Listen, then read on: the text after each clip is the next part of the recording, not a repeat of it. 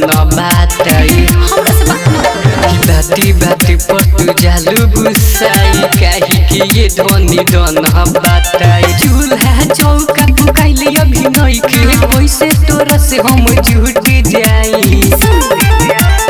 खाना न मिली ये राजा जी हमर उठवे चाट के सूत जाई त खाना न मिली ये राजा जी हमर उठवे चाट के सूत जाई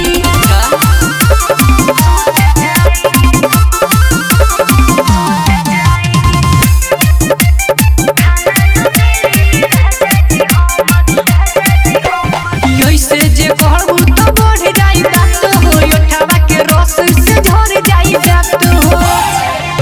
आ कुछो न होई रउआ जनी हरी नाही त अपन बिछवने पपहरी तू जे ऐसे कहबू करे जे दिलवाई हमर टूट जाई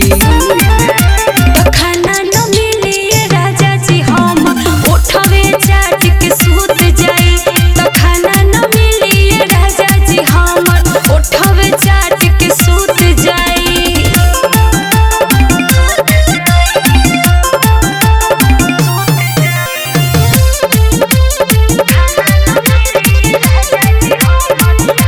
म्यूजिक बाय मंटू मनीष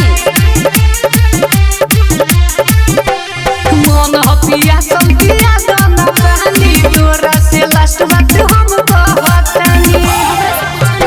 विनीत बिहारी जनी मन बढ़ाई राइटर सुभाष से सीख के आई मरद के दुख तनी बुझे जनाना हवे तला बदिल कुट खाई